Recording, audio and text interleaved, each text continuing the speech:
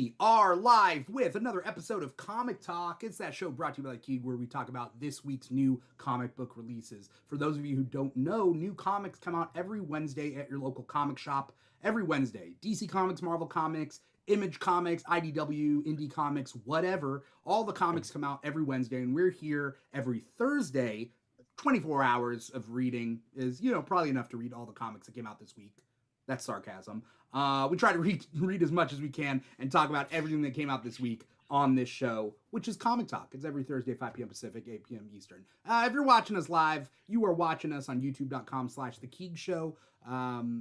Or maybe you are listening to the podcast on Apple Podcasts or Spotify, etc., etc. But either way, thank you for watching us. We're going to be talking about comics for the next roughly hour and a half, so strap in. And we'll talk about it. I'm your host, Dimithri Perera. I'm your host. Enough about me. We got two people returning after I don't know how long. One of which, let's think of this show as like a TV show. A series regular for this season.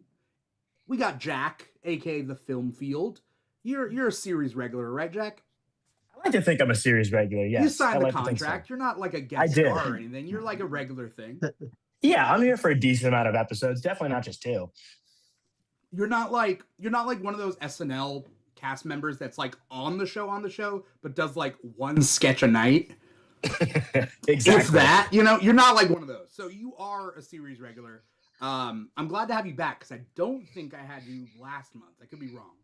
No, you did not. I had something that came up, which is great because now I'm glad to be here this time. Okay, it's a rival show. It's yes. You were on Mad TV, and SNL's over here doing its thing, and we're like, what happened to Jack?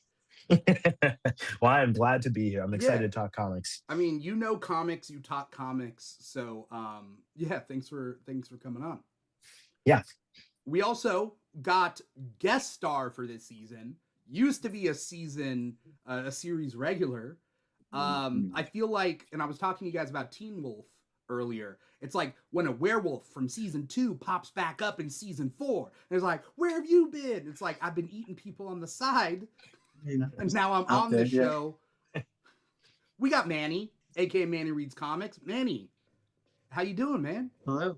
I'm doing good. I'm happy to be here. It was an act of God that brought me back. So, but happy to come talk comics and come from my other village of doing whatever werewolves do and come back here and talk. Yeah, I feel like it's funny because you're the werewolf that left the show to do a bowling spinoff because people are like, we want to see werewolves do bowling. Yeah, because bowling balls, they come in different sizes, right? So like if someone needed to do like a 15-pound, 16-pound, 17-pound, they needed the big werewolf. So I said, all right, if you really need me, I'll go ahead and do it. But no, yeah, I picked up bowling and it was fun. It sounds like a joke, but we're not joking that Manny left the show. I did 100%. No. So I'm not a werewolf. That's not the true part. Yeah. I'm not a werewolf, but I did pick up bowling, and whenever I signed up for a league, I didn't even think about it when I was signing up. But then they were like, "Yeah, every Thursday we're gonna meet up at 6 p.m., which is here in Texas at 7 p.m." So I was like, "Oh, I'm not gonna be able to do this show very often, but it'll be done by mid, I don't know, May. So in May I'll be happy to return if I have a spot." Okay, awesome. Well, I'd be glad to have you back. You've been missing this new era of clips because Deanna has been editing clips for the show, and we're going to catch you in some dumb dialogue, and she's going to, clip it, and we're going to put it on TikTok. So... I'm not a werewolf. There it is right there. Just saying that's the root for the about a werewolf. All right, fair. There it is. I don't know whether werewolves can read, but we do a lot of reading on the show, and obviously there it is. What'd you say? I said, well, there it is. There's my proof. I promise I read every single one of these books. You read way too much to be a werewolf. But I didn't shout out comicshoplocator.com. Go to comicshoplocator.com. find a comic shop near you, support local comic shops, pick up any of the comics that we're talking about on this episode and more, and join the fun that is comic book stuff. Yeah, that's fair. Do you guys like your local comic shop? I'm blessed to have two local ones, and both of them are pretty awesome. Whenever I call them, hey, do you have this book? They answer with, "Hey, Manny, what's up?" And every time I'm like, "Hey, they know my name. That's so cool." Like it's just like I'm a regular. I know I'm a regular, but it's still nice to be remembered like that. So Yeah. no, I love my local comic shops. They work together with each other. If one guy doesn't have it, they'll call the other shop and be like, "Hey, I'm sending Manny your way." It's awesome. Oh, that's nice. Yeah, I've got a lot of nice local ones. I've gone there all my life, which is nice. So yeah, I think I'm nostalgic for them at this point. So My go-to local comic shop moved recently. It was run by my friend Enrique. Comic Hero U, shout out to them. They used to be in Fullerton, and now they're in some other city that I haven't gone to yet, but I should probably stop by and say hi. Really close. They just moved locations. It'd probably be like 45 minutes out of my way. Oh, There's another shop in okay. Fullerton that I'll go to. But it is what it is.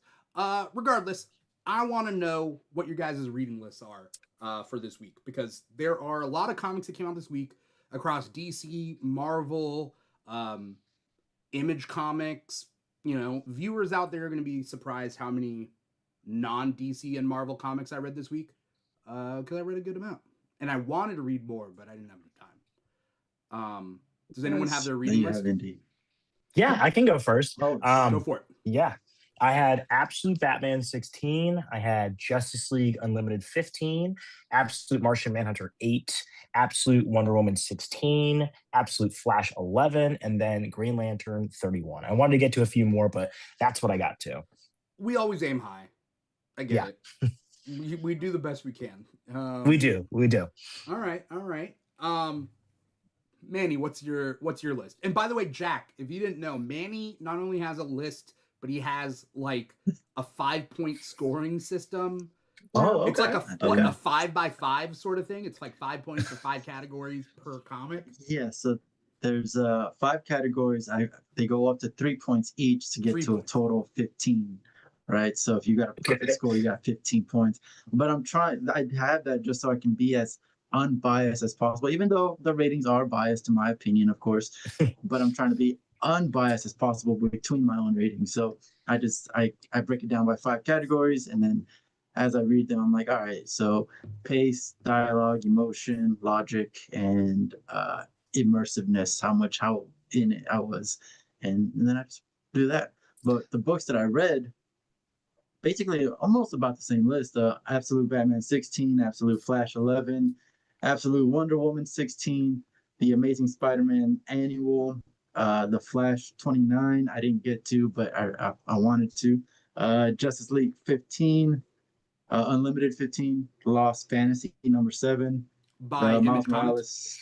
Morales. Yes. Miles Morales 42, Sorcerer Supreme number 2, and I didn't get to read these 2, but they're on my list. Strange Tales number 4 and Void Rivals 26, which is another Image Comics. Nice. And we'd like to shout out the non-DC and Marvel stuff that we're reading, because I'm gonna be honest, I read a lot of DC and a lot of Marvel, and I don't necessarily get to other publishers as often, but there are certain series that I'm like, I am locked in for, right? So, we'd like to shout them out because they're super important to the industry and towards, the comic book community in general. If you're looking for a show that only talks indie comics, that's not going to be us. We do the best we can to be pretty well-rounded. All right, so my list is a lot of overlap with you guys. Absolute Batman 16, Absolute... Everything froze up, but there we go. Wait, yeah, there we go. You guys can hear me, right? Yep. Cool. Absolute Wonder Woman 16, Absolute Flash 11, Justice League Unlimited 15, Flash number 29, Miles Morales Spider-Man 42, DCKO, the Kids Are All Fight special. Then I have Capes number 3 from Image Comics, which is the Invincible Universe book. Then I have Feral 20, which is also Image Comics, about a zombie cat apocalypse. Iron Man number 1 from Marvel Comics. Marvel Zombies Red Band number 5. And half of DC's Supergirl Next Door. And I will finish it. It wasn't bad. I just read half and I didn't have enough time. I didn't know that DC, the Kids Are All Fight was this week. It looks interesting. I like the lineup. It was one of the ones I didn't get to, unfortunately. And it's funny because Jack, there were some things that you and I, because Jack and I did a 4-part podcast series talking about the new history of the DC universe, and something happens in DCKO, Kids Are All Fight. Did you hear about it? Yeah, I haven't read it, but I know exactly what you're talking about. Yeah, so we'll talk about it when we get to it. There are spoilers in this episode for the comics that we talk about, but the cool thing is comics come out every week, and a new issue of a series comes out every month, and, you know, do the best you can to read comics, but, yeah, we'll talk, there will be spoilers. So if you ever are about to hear a spoiler, just fast forward or something. All right, who knows for certain... No, Manny, I'm going to let you choose first. Your pick of the week. Oh, my pick of the week just happens to be the first one on the alphabetical as well. It's an Absolute Batman number 16. It was great. We already got the team up in, was it Absolute Wonder Woman? Yep. That very first team up, and then you just see them here. And I really liked the, you said we can do spoilers, right? So yeah, seeing Batman turn into a kid and then hug his dad, that was a beautiful moment. And the context behind that is basically he's trying to find a way to help his friend Waylon, who turned into a huge monster croc, to turn him back into a human, or at least the best possible option to do that. So he calls Wonder Woman. He uses his he can call her 3 times whenever he needs, with this magical item that she gave him. And so he calls her, and they just go down to, they didn't go to Hades. I forgot where they went. They went to some... I don't know. Did they give a name land of what the place was? Yeah, I think did. They said it was someplace intermediary. It wasn't the underworld, but it wasn't our world. It was like this veil in between. Yeah. Yeah. Mm-hmm. Basically, yeah. Maybe it started with an A. Maybe I'm just making it up, but yeah. I think the guy that they went to go fight, his name was like Acropolis or Acrolis or something. Yeah, something like that. It's something Greek, something like that. And basically, he's the one that's going to provide the item so that they can help out Croc. And that's what the issue is mostly about, that then going through that journey, and then it finishes with a successful mission. But the whole story by itself, it was great. It was a great read. It was a good emotional part. It was good action, great fights. Has to be number 1 for me. Yeah. I think what I liked was in Wonder Woman, we see the first team up of Absolute Wonder Woman and Absolute Batman in Absolute Wonder Woman 15, which was last month. And then we were told they would be teaming up again in this book, Absolute Batman 16. And I thought it was going to be like a 2-parter. But really, it wasn't really a 2-parter. It was almost like a sequel in a way. You don't have to read one or the other to understand what's going, let's just say, in this issue. Does a really good job of letting you know, this is a shared universe, shared world. You don't need to have a huge event to get these 2 people to get to be together. It's just hey, can you help me out with my problem? That's what I've appreciated. That's what I've appreciated the most about the way they've built the relationship between the 2 of them. It's been kind of just random missions. This was just kind of like a fetch quest for an item, and then they just kind of hung out the whole time, which is great. You know what I mean? It's not this big world event. It's not this huge thing that makes them cross over. It's Bruce's own individual thing trying to help out Waylon that causes them to cross paths. And I thought that was so great, just in the way that we're building up the way they're all going to interact with each other. I'm so curious to see the way that Superman's going to come into that fold, because the 2 of them are already pretty close at this point. So I wonder how that'll roll out. If it's going to be both of them meeting him, is it going to be, him meeting Batman and Wonder Woman individually? I'm not entirely sure. Yeah. you guys, because I know that you guys read more of the DC stuff, like the side events for DCKO. Has there been like any kind of issue that says that they've met within that event, right? Like we're saying that this is the first time that they meet, but at the end of DCKO, the last issue, Yeah, I number think it 3. was either 3 or 4, 3. That yeah, they're all together, right? So is like, is I this think before? Is this after? Is it? I think they're like corrupted. So I think it's like Yeah, They're I either don't think they. corrupted or sorry. I didn't. No, no. I was gonna say, I think they're corrupted, so I don't think they know each other. Yeah. But I really don't know. They're either corrupted or like facsimiles of the people, Yeah. right? Like they don't have to be them themselves. They just have to be constructs, maybe. You know? I Right. was just wondering if it was actually like fleshed out in the like the tie-ins or anything like that, but I guess not. Yeah, so far it's mainly just Bruce and Diana. I don't think we've had any really like hints at what Superman's relationship is going to be like with them yet. Yeah. I also thought I read an interview stating that the absolute characters would not be appearing in DCKO, and the way I'm gonna make sense of it in my head is I think maybe those are constructs and not the actual characters. Mm-hmm. That's kind of where I'm leaning right now too, because it seems like they want a very solidified moment when these people do interact. That's why them, Batman and Wonder Woman crossing over was such a big deal. So I feel like this isn't going to hold much weight to the way that they interact with each other in the Absolute books. Yeah. But yeah, Absolute Batman number 16 is good. Also, the way they're prepping Harvey Dent and Penguin, I feel really bad for them, and I don't want them to turn bad. Yeah. I think I've been wondering to myself what level of hostility the villains will have against him, because right now obviously they're incredibly angry at him, but I wonder which of them will actually truly be villains. Like, Waylon's kind of in this middle ground where he's kind of like a huge beast, so he's like, maybe once in a while maybe he goes crazy and he fights Batman, but he's not really a villain, right? Like, he's not really going against Batman. So I wonder which of them will actually go full on villain, like true actual antagonist for Bruce, and which of them are kind of like somewhere in the middle ground. It's interesting because right now they just all seem to completely hate Bruce. I wouldn't say completely hate.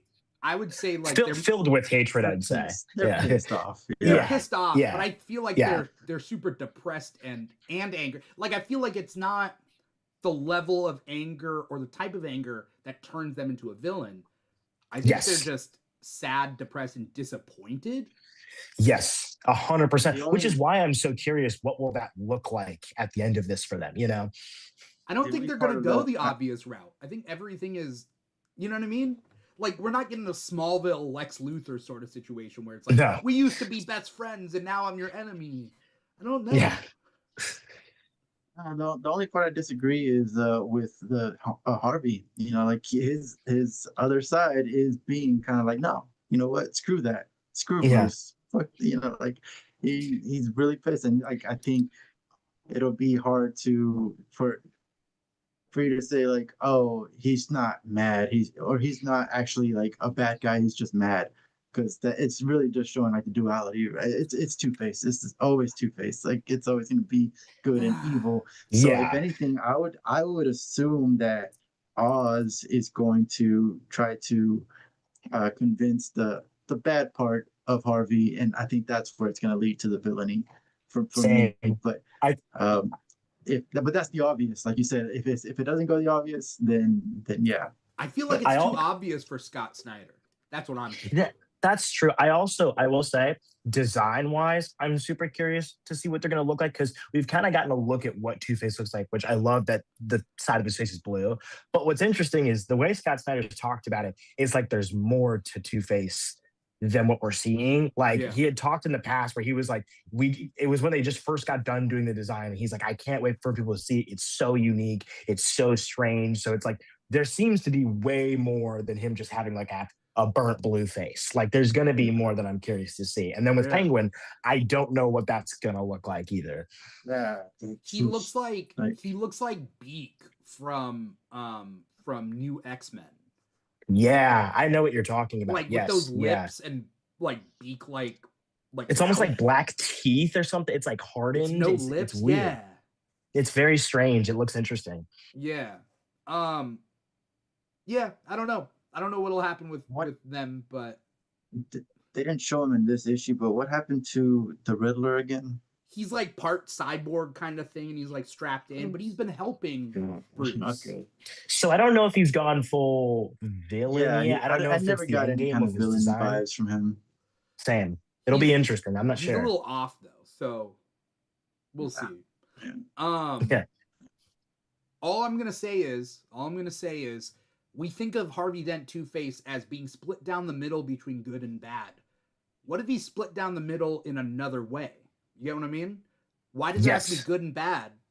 I mean, it could be like chocolate and strawberry ice cream. Like, I don't know. Yeah. Like, it could be anything. That would be the kind of, especially if you ever hear the way that Scott Snyder talks about his approach for these villains, that's the exact kind of way he approaches them. You know what I mean? So I do wonder if there will be some kind of twist in that regard to like the half and half of things of what he sees or what he views. Like that'll be interesting because that's exactly the way he thinks about these things, you know? Yeah. Be like the difference between justice and vengeance, maybe. I don't know. I guess like he's still trying to do the good part, but one half of him is like, no, the justice is killing the guy that wronged you, whereas the actual justice part is gonna be like, no, we gotta, meet him somewhere in between. Who knows? But, yeah. I'm super excited. That's interesting. Yeah. All right, we gotta move on to another pick of the week. Jack, you got another pick of the week?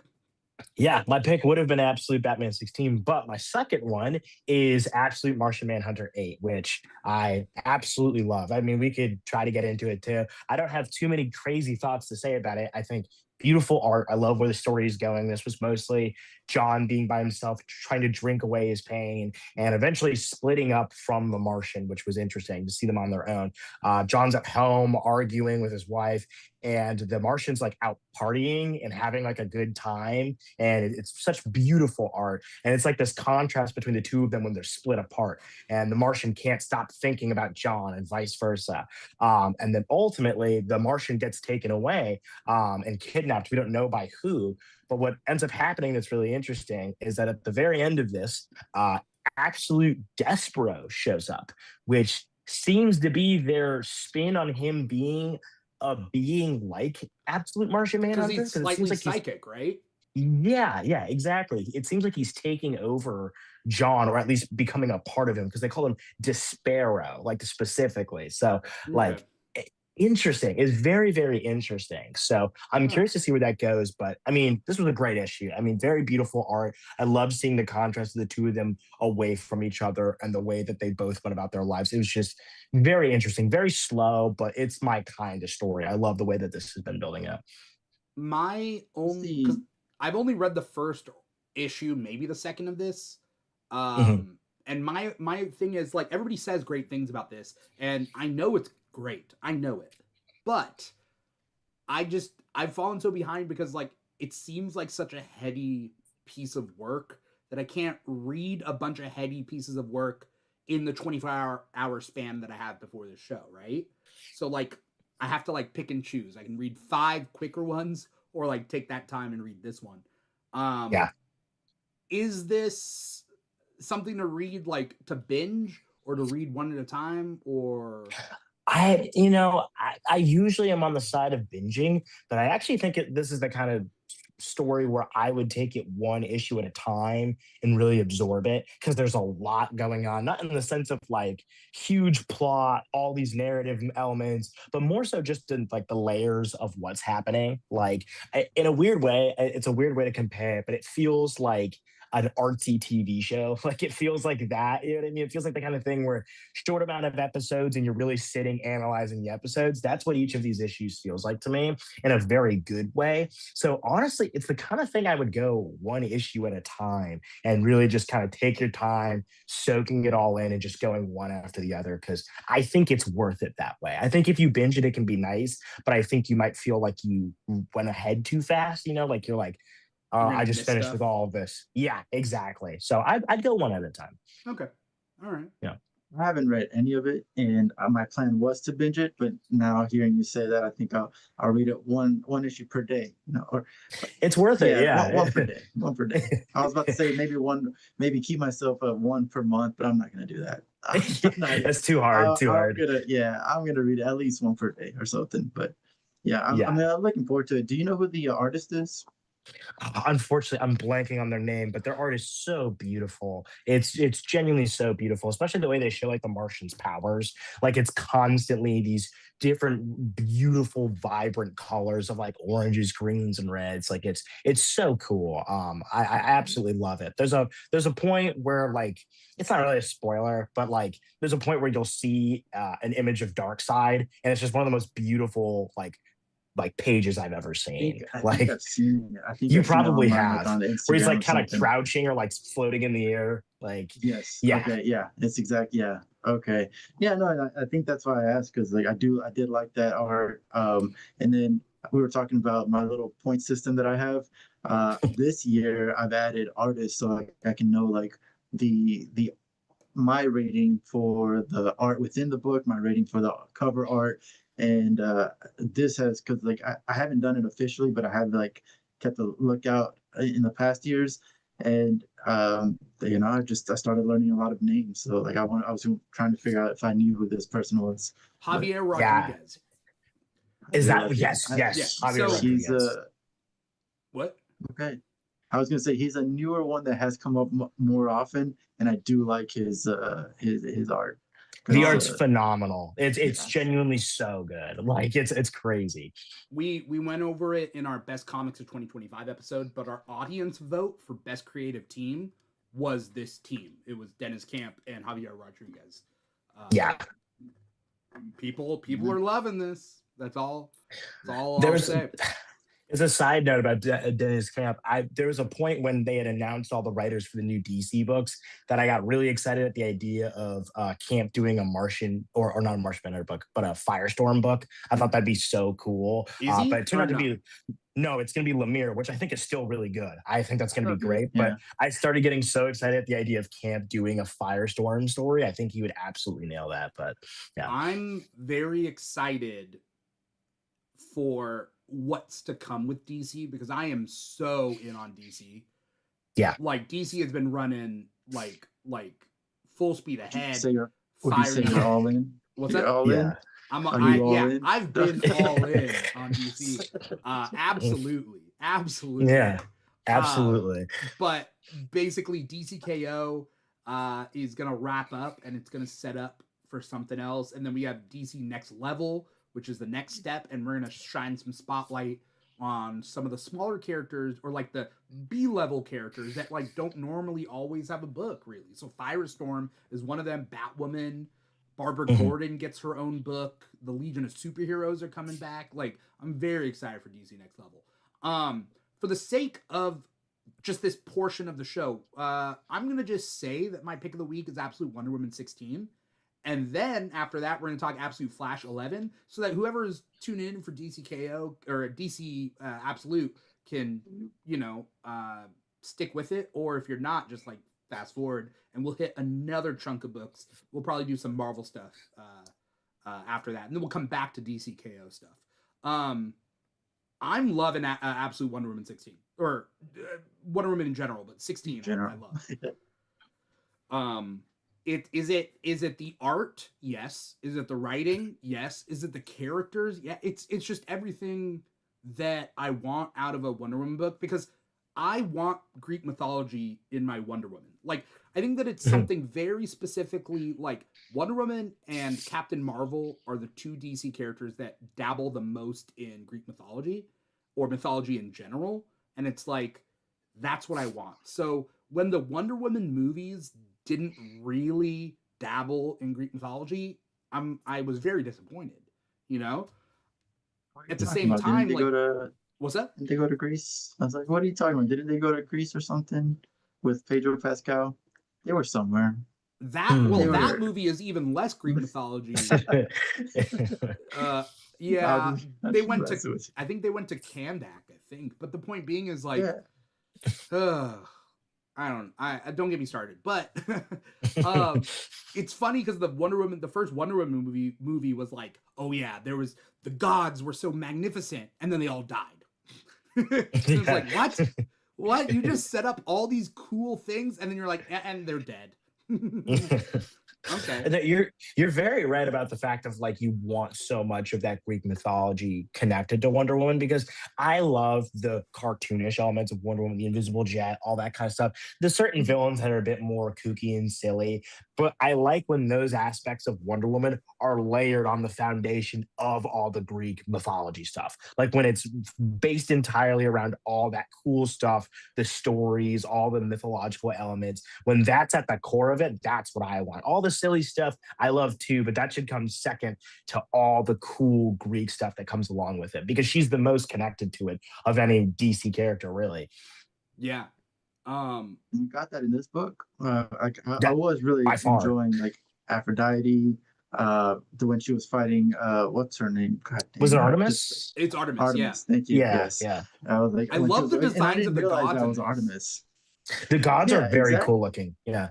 I thought it was just some random like hell creature that she was fighting, and then I was like, that is Artemis. Why is it? Why does Aphrodite hate me? Like, why won't she talk to me? Like, that was a great conversation. I'm making a joke, but that was a great conversation between them. Yeah.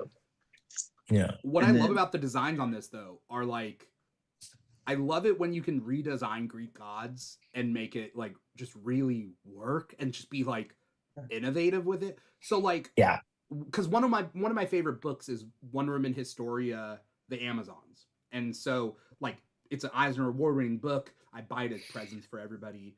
The designs of the goddesses in that so good. It's why am I blanking on his name? Because he why am I blanking on the artist's name? Anyway, the artist for that did also the recent Titans annual. And anyway, so the point being is like art amazing. Aphrodite having a veil over her face, the idea that you never see her face, like I don't know. Anyway, also the design for Absolute Zatanna, great. Yeah, I just want to take a moment. I just want to take a moment and say respectfully, Venas, I like. Which that was actually going to be my negative point for this book, is just the fact that Zatanna comes out and it's like, all right, that's the end. Yeah, until next issue. I was like, no, but that's she got peak, like one seed.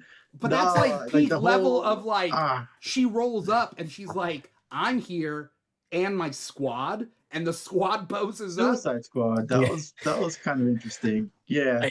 The team is interesting because one thing I saw people talking about, all of them make sense. I think it's what Dr. Poison, it's Cheetah, it's Giganta, like yep. But one of them is like the fish girl, and I saw someone wondering, is she the absolute version of what's her name, Nina from like the Suicide Squad? Like, are they trying to bring her from Creature Commandos? From Creature Commandos, yes. Are they trying to bring her as a more limelight character? Right. It feels like right? You think it's that? I thought it was Mera. You think so? I thought those were Atlanteans. Mera would be interesting. Mera would be interesting. The wife of the fish girl. Yeah, I would say like what we don't know because we've never seen absolute Atlanteans before. What if these fish people are them? I don't know. That would be interesting, especially taking the angle of Aquaman being like a fish person. That would be interesting. Kind of reminds me of Invincible, but yes. Yeah. I gotta think about that now. Yeah, okay. That's what I'm thinking of. Yeah. I mean, if it wasn't Aquaman, if it was Marvel, I would be like, oh, that's like Namorita or whatever. But like, because they're more fish-like, like the blue Atlanteans. But like, whatever. What's interesting that people pointed out before we move on, is that it's Cheetah, but Barbara is a human being on Wonder Woman's side. So this must be the first Cheetah who is Priscilla Rich. So DC. Thanks for answering that question. What's that? Thanks for answering that question, because I have been like, I have just like, is this Barbara Gordon. Not Barbara. Like Barbara. What? I kept thinking, I was like, why would Barbara Gordon be in a Wonder Woman? It's not her, but who else could it be? I forgot that Cheetah's name was Barbara. Oh. So I just completely No, forgot that. And I'm I glad did to for know a that. second too before Thank I you. realized that, because I for like a split second I was like, Gordon? Oh wait, I'm like, no, wait, that doesn't Yeah. make any Barbara sense. Minerva, I think. Minerva, Minerva. yes, Minerva. Thank you. Yeah, no. And I'm sure I knew that. I just decided to forget. Well, Yeah. here's the thing though: is new DC continuity as of new history of the DC universe. It's every continuity merged together. Like they didn't get rid of stuff, right? So Mhm. the way they did it was they said that Wonder Woman is Hippolyta back in the Justice Society, and then Diana is Wonder Woman now. And then they also mentioned that there are two cheetahs, and one of them is the cheetah from like Super Friends that has like a cat costume essentially with the face cut out, and that's like normal bank robber. That's Priscilla Rich, and then cursed by the Aztec god that we see in like Cheshire and Cheetah rob the Justice League. That is Barbara. So Absolute is probably taking a page from that, or they pull a fast one on us and it's the actual like god entity and then it merges with Barbara. Who knows? Yeah, that's gonna be interesting to see. That's what I'm loving. I don't know. Absolute Wonder Woman is one of my probably my favorite Absolute book. Yeah, I think Absolute Batman's still my number one, and then probably Martian Manhunter 2. Wonder Woman would probably be 3. I think so. There a lot of these have been really great. So sometimes it's hard. Good. Yeah, they're all really, really good. Yeah. Let's move on real quick to Absolute Flash number 11, which I think is finally like picking up pace. It's been picking up pace. Exactly what I was gonna say. Finally getting like the end of the origin story. Like the end of the first act is what we've been calling it on this show, where it's not like the end of the first arc, but it's like the first act of Absolute Superman ended after he defeated Ra's al Ghul. And like this I think is closing the first act of Absolute Flash. You guys like this one? Yeah, I like this one a lot. I think that all of the connections between like Wally and Barry has been really interesting, and all the, what do they call it? The still something. What was it? I think, right? Still zone, right? Yeah, the still zone. I think that's such an interesting concept. I think by far, I've talked about this before. The way that I always view the Speed Force and like the emotional constructs when it comes to Green Lanterns, those two things, they're very important aspects of the world building of DC that like I value very highly. And I think it's been really interesting to see the way that the Absolute universe has changed that or kind of flipped it on its head or added new ideas. And like this, what they're doing with the Green Lantern books and all of those things with the light levels and all that, very, very interesting, right? I loved this. Genuinely, one of the only things I don't like about this issue is I don't like the Reverse Flash design. I do not like the Reverse Flash design at all. That like energy monster looking thing? Yeah, it's just like like just a gray monster. I don't even mind a big monster, even though I do think some of the Absolute designs need to stop just being big monsters. Yeah. My only thing with that is he's a monster and he's just like gray. That's it. Like no interest. Right? He's like red and gray, right? He's got a little bit of red somewhere on his like ears. Well, and he has these like lightning bolts that go up like this, which is cool. I love that. I think that's great. I hope he like breaks and there's like a cooler version of him underneath that or something. That would be the best thing to happen. Like it's like stone. Yeah. Yeah. That'd be better to me. But besides that, I thought this was great. Okay. All right. Felt bad for Golden Glider. Like at one point, we don't know, did she actually like lose her legs again? I don't think like she that did. was a good emotional spot. Yeah, because Wally shows up, but I'm thinking like, did Wally take her legs? Like that was my first thought. I was like, no, Wally, did you just mess up? Like wrong timing. But no, that was a good emotional like little panel with her. Like please, like she's about to like lose her life as far as she knows. By going into that portal, but the first thought is just not my legs, not my legs again. That's crazy. I love, and maybe I don't want it all to be the same, but I kind of like this subversion of the villains in the Absolute books where they're friends, and it doesn't seem like they're setting up friends to enemies. It seems like they're setting up enemies to friends like real fast, right? So like Batman is doing it. I mean, even Absolute Wonder Woman does it with Cersei, right? Like the fact that Cersei is her mother. Um, I like this idea that it's not a universal constant that shitty people are shitty. It's also Yeah, interesting because I none of like these that. relationships feel like black and white, like hero villain wise. They feel genuinely like complex. They feel a little gray. Like these don't feel like very simple relationships. Even like absolute Batman and his rogues, like it doesn't feel very simple. Like it's not even that I think, oh, are they going to become really evil or are they going to subvert that? It's like I just don't know what the paths for these guys are because these relationships seem kind of complex right now. Like I just don't know where it's going to go. And I Yeah. like that Each aspect of this. each of these writers did a good job of just organically making a new relationship with all these characters. It Mhm. doesn't feel forced, which is the best part. Yeah. Yeah. I don't care what path it goes down as long as they're not like rushing us down. You know what I mean? And it's like taking Definitely. your time and you can see like we assume like the biggest main path is going to be what we know. It's just going to be classic Flash shenanigans. The rogues are going to rob the bank and it's like, "Oh, it's not. It's this side path, which is a path." And they're like it's just kind of taking us there. I don't know. Yeah.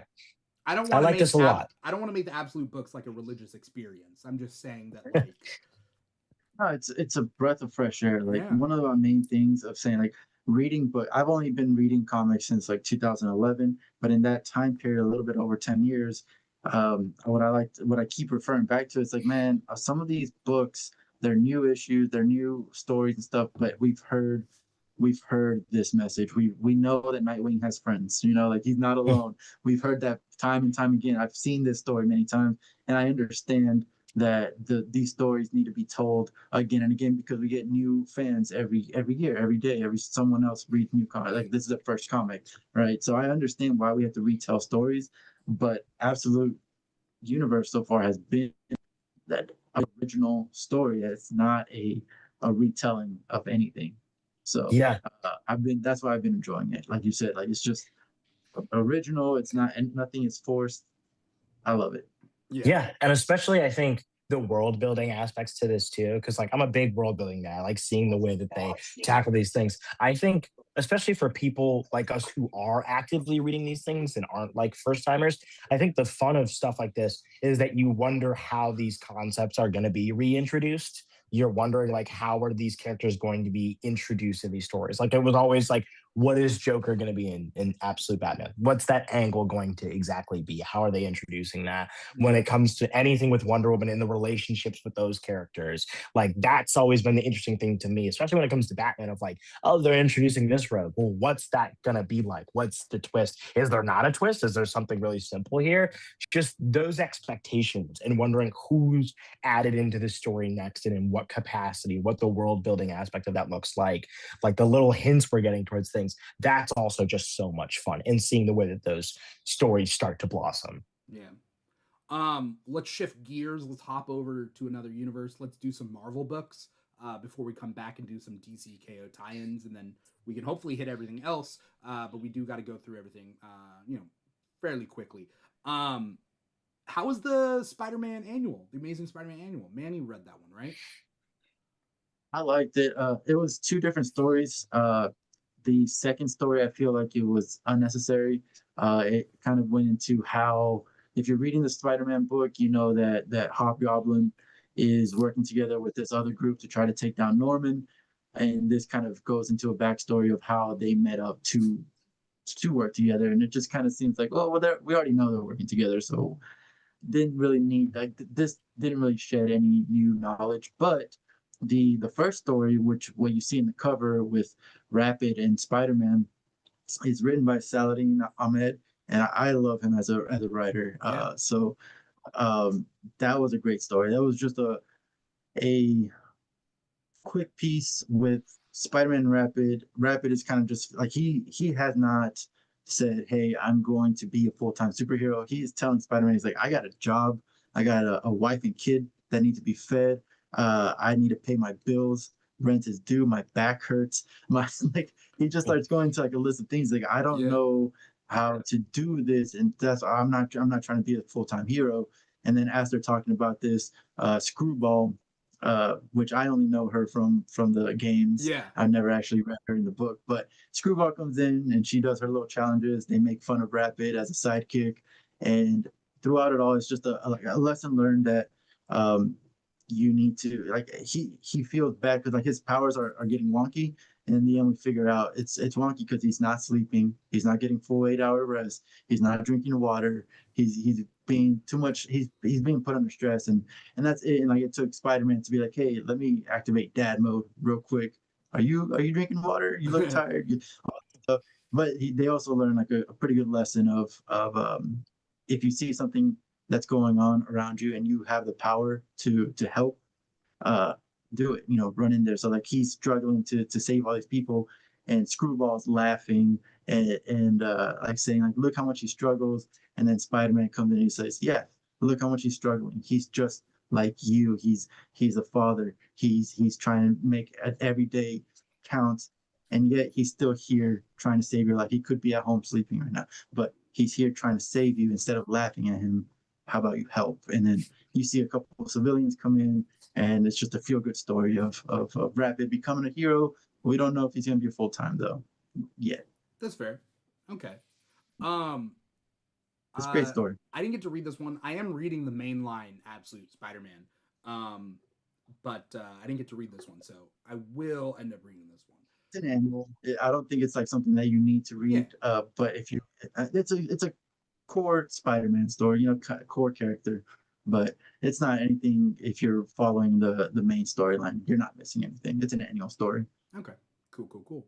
We got to pick up the pace on the rest of our books. I'm gonna hit Iron Man #1 real quick. Iron Man is back. It's Tony Stark. It's been maybe 8 months since his previous series ended.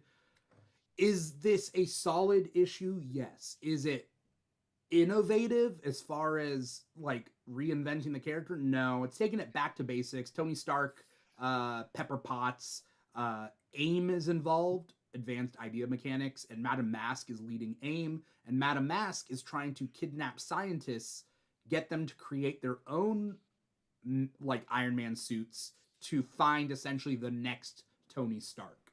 That's literally the premise of this issue, this arc. It's pretty, it's the first issue. It's going to be the first issue for a lot of people. And I think that's like, they're reintroducing that idea of Tony Stark. And it's fine. It's good. It's good. It's not great. That's what it is. Yeah, that goes back to what I was saying earlier of like you got to retell these stories. Like we've heard that of back to basics, trying to find the next Tony Starks. Yeah.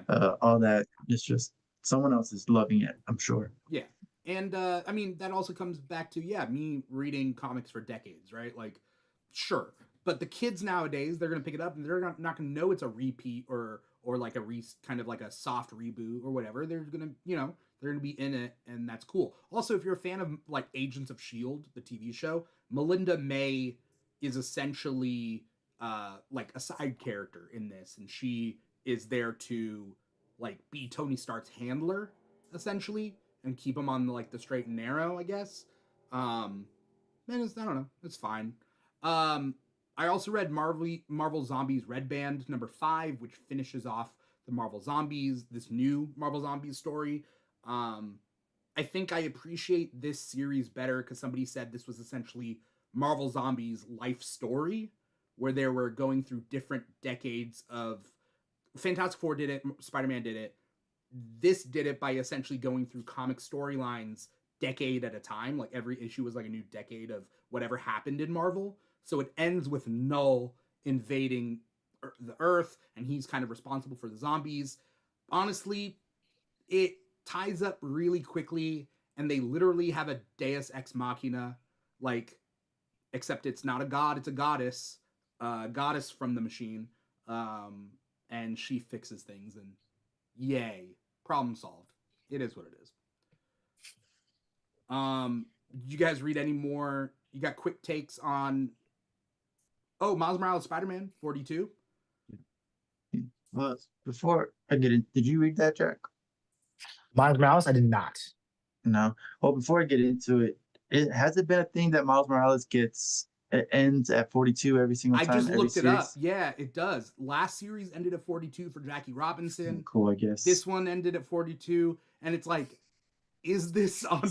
It's on purpose, but like, Not on purpose, but yeah. well, they're probably like, look, if it's not 42, we gotta wait till 142 to end the series. So we gotta Wait. get off this stop right now. They just keep ending the series at 42. Yeah.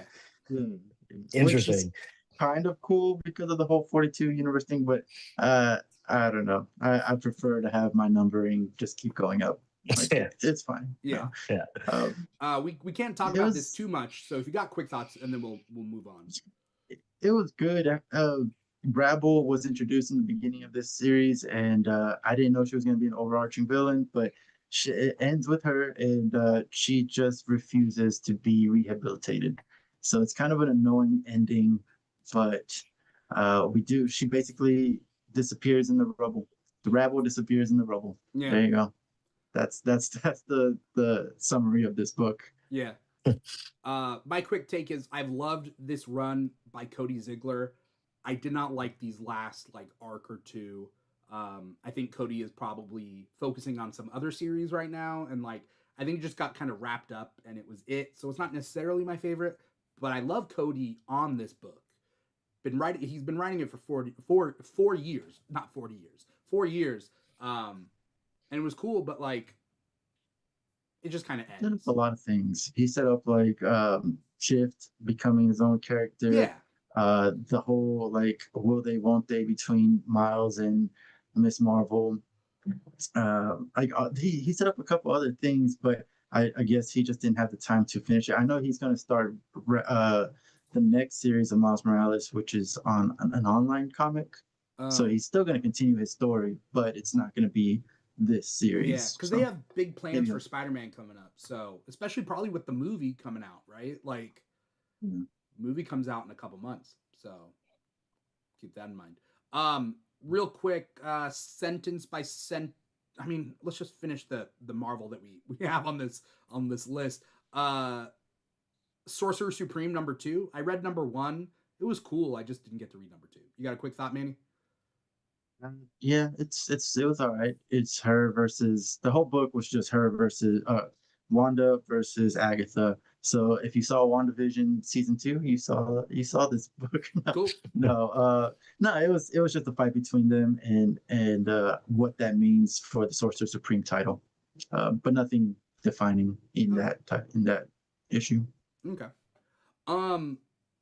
Jack, going back to DC, you read Justice League Unlimited? Yes. Before I get to that, because I think also Manny did, I can quickly go through Green Lantern 31. I think I'm the only one who read that of us. So Green Lantern 31, pretty good. It's kind of just a little isolated story on its own of Barry and Hal teaming up. Barry doesn't have his super speed anymore, so he's coming in as a witness to a crime from some random mob boss. I don't think he's been in some other comics before, and because of that, they're trying to take Barry out, and so Hal's helping him out. There's a fun little moment where Hal gives him a Flash outfit with the super speed with his Green Lantern suit, so he gives him a Green Lantern construct Flash suit that works pretty well. Pretty cool little moment right there. Besides that, it's a fun little banter back and forth between him and Hal. Just a nice little issue, nothing too crazy, but I enjoyed it a lot. It was fun. Okay. When did Barry lose the power? Was it during the 1 Minute War or whatever? Or? I think something after that, because I don't know. I haven't. Maybe it's something to do with the most recent Flash run, because I haven't caught up too much, but I think something in regards to that, because he didn't have his powers in this one. Okay. All right. He has been out of the limelight recently, so. Yes. Yeah. Did you read Justice League Unlimited #15? Yes. And I think Manny did too, right? Did we all read it? Yeah, go ahead. I believe so. You guys got quick thoughts? I thought it was fun. I'm sad a bunch of the Terrific 10 got taken out. Everybody. Except one, kind of, right? Yeah, basically. So I thought it was interesting. Yeah, I thought it was fun. It was sad besides that. it's a little confusing how like Owl Woman ever like met up with Neron or whatever like that. But Yeah. yeah, it was. I feel like all the losses, just you didn't really feel them because you knew that they were gonna die. So that sucked that it happened, but also it's like, yeah, we saw it coming. It's the name of the game. Yeah, I think what sucks is at the end, once, because the whole point is stay alive to reach Neron, and then Mr. Terrific reaches Neron, and it stops the rest of the team, and no matter what, the rest of the team was always gonna die. That's what that part showed me. Is like, even if nobody died the whole journey, they would have been stopped at the door and killed right there. Yeah. And what tells me is that what I'm getting from this now that I'm thinking about is that Mr. Terrific probably saw the double cross coming. It's gonna be one of those like, I knew that you knew that I knew, like, but if that's not the case, it really doesn't sound like Mr. Terrific at all to be like, my big plan is for me to be a double spy. Yeah, like, I didn't agree. I didn't think that was not. The case. I think he was trying to outsmart And if he did go through with that, I don't know. If he did go through with it, because the way he worded it, he said, for the rest of my life, I will be a double spy. So like as soon as he goes back, he just kind of kills himself or something. I think it's more likely that Mr. Terrific would kill himself. Yeah. Than become an actual agent of Neron. Like a pawn. Yeah. He would, definitely wouldn't. That was a weird plan. Yeah. I have a theory, by the way, about Owl Woman, if you guys want to hear it real quick. What's your theory? We all thought that Owl Woman is a reference to Watchmen, right? Yeah. I think she's a reference to Owl Man from Earth 3. Yeah. That's what I thought. I never thought it was a Watchmen thing. She looks like Owl Man from the Watchmen. That was my thing. I thought at the least her design was inspired by that. If not, like, obviously probably not like similar to the character, but I thought, okay, if the design's based off that, something in that regard has to be important to her story. I don't know, something. Yeah, she was the most random character to bring in, right? Yeah, like it was just the design that made me think, like, does it have anything to do with Watchmen? Like, even a little bit? I mean, I know they like to dip their toe in it, so like, I thought maybe. Yeah. I just wasn't sure if Watchmen, because I know that we got the whole like what's Doomsday his name? Clock. The blue guy. Yeah, Doomsday Clock. Dr. Manhattan. Yeah. We got that. Yeah. Dr. Manhattan's in it. So like I knew that Watchmen was in it, but I didn't know if it was 100% like all the characters in Watchmen are now DC characters or yeah. I don't know. I don't know. Just never I think that was the red herring, is that we just kind of assumed. We were like, And so I didn't think that there would be a traitor. And if I thought there was a traitor, I don't think I would have chosen her. But I also didn't know the twists. So what? There was a twist, and I saw it. I was just like, huh. Anyways, we'll move on to the next issue, and we'll figure it out. We really got to do like 10-second reviews on some of these. All right.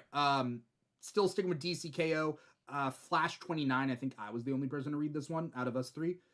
Not in the world, but like out of us three. This is still Impulse Point, right? Like Wally West and Flash are traveling through time. This issue is about them going to the origin story of Barry. The Legion of Superheroes turn up. This one's a fairly skippable issue. Nothing really crazy happens. If you like Barry's origin story, this kind of plays around with it. It's a time travel thing. It is what it is. That's my thing about that. You guys didn't read DCKO, The Kids Are All Fight, right?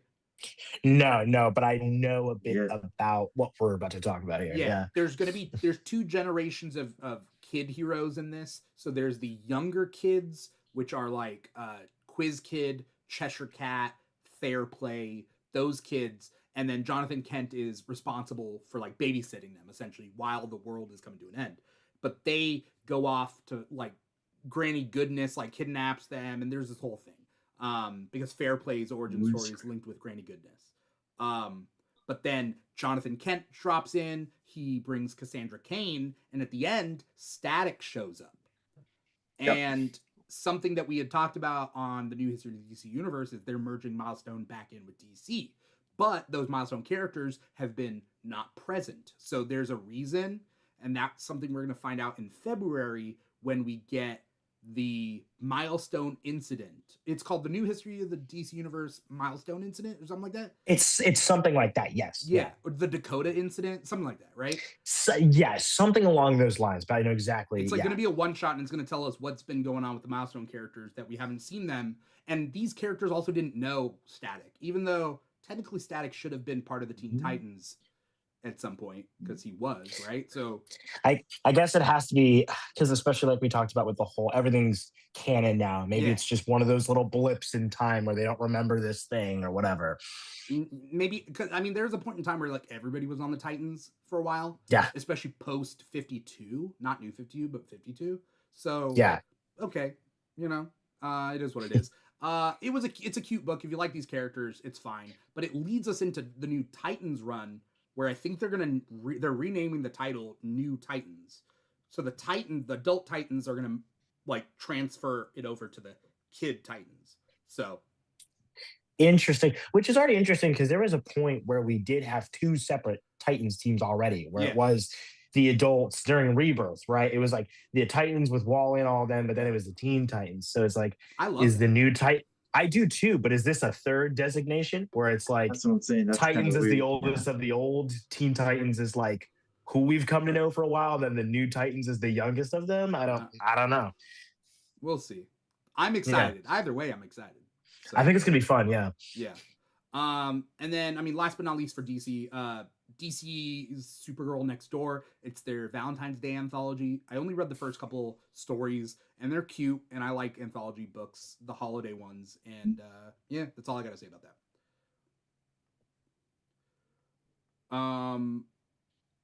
I'm trying to think about what the rest of the stuff is on our list. I think it's just the third-party books. Yeah, probably. I've gone through everything I have. Which I have one more, which is Lost Fantasy. Yeah, go for it. Tell us about it. If you've been reading it, then you just know that the second arc just started, and it started with the main character's dad got kidnapped. This issue was just the main character chasing the clues to get to his dad, and it ends kind of with him saying, "All right, give me my dad back," and the guy's like, "Come and get him," and it just ends with a fight. That's it. But what's the premise? It's pretty cool. The premise is just the world does not know that there is a whole underground magic dimension, right? Mm-hmm. And a lot of things that happen in this universe, that dimension has like its own organization imagine Men in Black, but it's a magical, not alien organization, but it's a magical organization.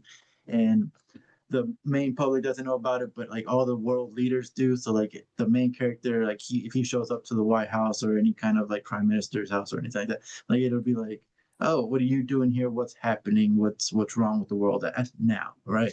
And so the main character is just like the son of a very revered character, and he's not like the classic, "Oh, I don't care about this," but he still has that attitude. But he does show like, I do care about this, but I'm not gonna show it. I'm not gonna make a big deal about it. So and then like you're just kind of learning his life, and the second arc just started where like it starts off with the main head honcho got kidnapped by some random person. He's gonna go find him, and that's it. Okay. All I have to say before I move on from this is, gone are the days where I believe like the president knows secrets that he won't tell people. You know what I mean? It's the idea that like people were like, if Area 51 actually has aliens, Trump would be shouting it, and he'd be like, "I got to see it for the first time." He'd brag about it. Yeah, like I do not believe that the president knows secrets that we don't already know. Like, didn't we already get that at one point? Like, I don't know if it was last year or the year before, but at one point it was like the government just confessed that there are aliens. Like that we have literal NASA footage of exactly. UFOs. Yeah, exactly. And it's like, I wonder why. Like, I wonder why that news is coming out. Well, either that, even if he wouldn't brag about it, he would at least accidentally say it. Like, I don't know what the conversation was, but I remember someone slipped him a note, and he just read the note out loud. Like, oh yeah, do not read this out loud. What? Yeah, clearly was not supposed to read it out loud at all. It was from Marco Rubio. Yeah. The aliens have escaped. What do you mean by the aliens? What do you... Exactly. Exactly. Yeah, gone are those days. You're right. I don't believe like in Harry Potter they do that, right? With the minister, like the prime minister knows the minister of magic and like they have a relationship. No way. No, it doesn't. No way. No. No, that's not America. No. Yeah. Anyway, moving on. Real quick as we close this up, I think there's 2 more books that I read. Capes #3, which is from Invincible Universe. So it's Image Comics Invincible Universe. This is a satirical take on like a Heroes Incorporated sort of thing where they really go through like, do you get back pay if you get moved forward in time as a superhero? Like if you get like shunted forward in time, do you get back pay on all the years that you technically didn't exist? Like if you go through a black hole and you come out the other, like there's like this weird corporate kind of thing. It's a satire from Robert Kirkman's Invincible Universe. And people die and it is very Invincible, you know, whatever, but like it's kind of funny. I don't know. Also, weird retcon. If you know the character Knockout, she has boxing gloves. They do a retcon in this, and it's a weird retcon because she's on the Guardians of the Globe in the Invincible stuff. Her boobs aren't real. It's just a weird retcon they threw into this that she wears fake boobs to like get more endorsements. It's like, okay, did we need that? That's a very random thing to add. Yeah. It's so weird. I guess it's part of that satire that you're talking about. It's part of it, yeah. Like it just kind of like brings to like, this is a personal thing that you probably never thought about me, but I don't have real boobs, and then she's just like taking them off. She shows up to the date. Like, she shows up to the date normal, and the guy was like, "I don't want to ask this out loud, but I gotta." What? What's going on? So, yeah. Anyway, it's a fun book. Talk about an easy read. I was talking about like a hard read, like Absolute Martian Manhunter. This is an easy read. Also a good book about the cat apocalypse, where it's like super rabies. It's Feral issue 20, which finishes off this arc.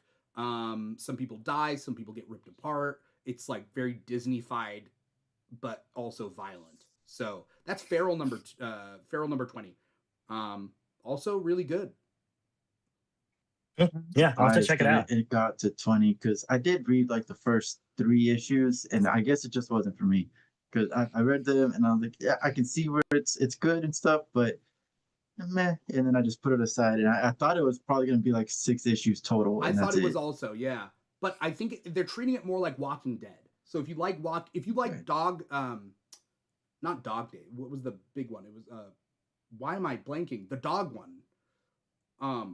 Stray Dogs. Stray Dogs. Because I was thinking Dog Days because that was their like spin-off later, or their 2-shot. Anyway, the point being is it's the same creative team, but a different story and a different kind of timeline, right?